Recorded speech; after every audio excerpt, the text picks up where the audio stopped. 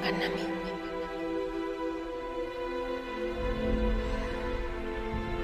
Vengan a mí.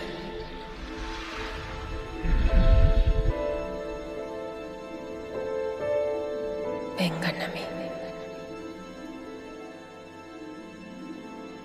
Estos son tus pasos finales, Rey. Asciende y dalos. Rey, Rey, Rey.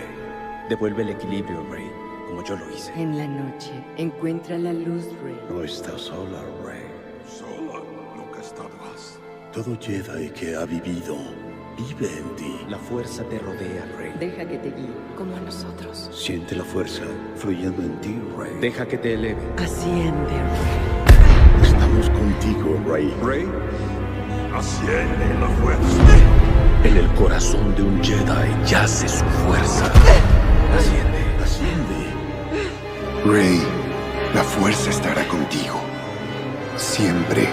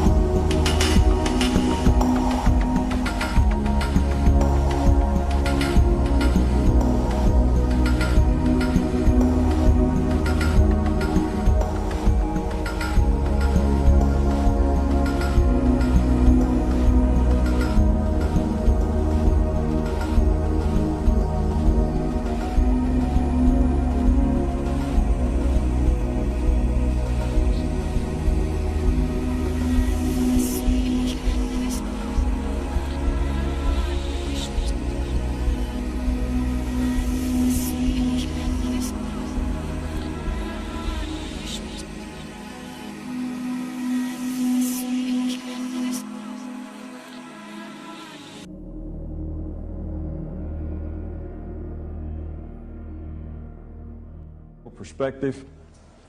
What I have in the green circle said PMR, that's our universe, that's our physical reality. And that is a billion times bigger compared to the rest of it than it really is. Okay, that's all of our universe, including us. Now what's inside of the red line, you see I've labeled that OS, that's our system. That's our physical reality plus all of non-physical, which means other than physical, that interacts with our physical reality. Okay, so all of that stuff where you interact with Uncle Frank who died last week and so on, that's all part of OS. Right? That's all, a lot of the paranormal stuff, the reality that we generally think of as the non-physical is really just this little part that's inside the red ring. That's just that part of that non-physical interacting with us. Because if we interact with it here, then it's defined to be inside that red ring. That's just the part of the non-physical we interact with. Well, what's all this other stuff? Well, everything outside of that red ring is stuff that doesn't know we exist.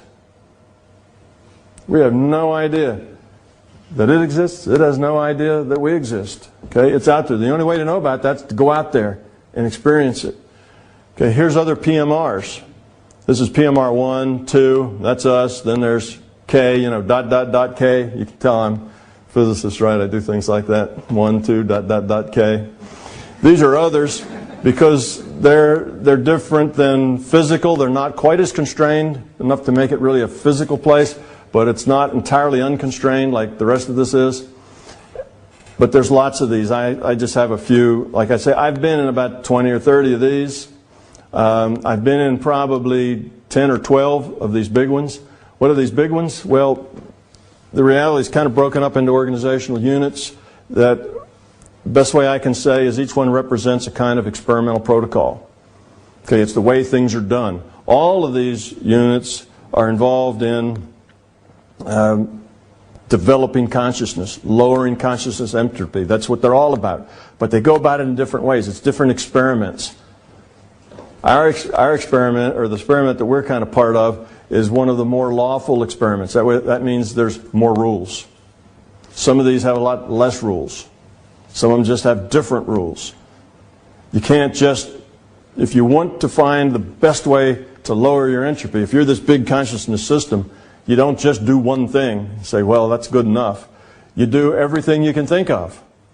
Right? This is evolution. Evolution fills every gap, explores every idea, and sees what works. Well, there's a whole lot more ideas than just the one that creates this physical matter reality, and that's what all these other things are doing. That's what these other physical realities are doing. That's what these other big frames are doing. So within this frame, it's probably, I would say, on a scale of 1 to 10, it's probably about an 8 in the rule, in the number of rules, and how constrained it is by those rules. Now again, you need rules to constrain things, otherwise you don't have traction as far as your ability to learn. Without the rules that make this physical reality, it's very, very difficult to learn. Think of a football team. I know football means something different to you than it does to me, but it won't matter in this example. Think of a football team, and the football team doesn't have any rules. Maybe it has one rule, and that's get the ball to the goal. And that's the only rule it has. So you got two teams with a bunch of people on both teams, and that's the only rule they have. Would that be an interesting game? No. What would happen? It'd be 0-0 at the end of the last quarter, wouldn't it? Because it would just be this big lump of people, unless one team was a whole lot bigger and stronger than the other. I mean, teams are generally pretty evenly matched. It just wouldn't be much fun. You'd just see a whole bunch of people, in a fight for 3 hours, and then you'd go home. It would not be interesting. So we have rules actually makes the game viable. It turns it into a game. It makes something interesting. Something's going on there. There's interaction. There's planning. There's plots. There's strategy. You get all that with rules.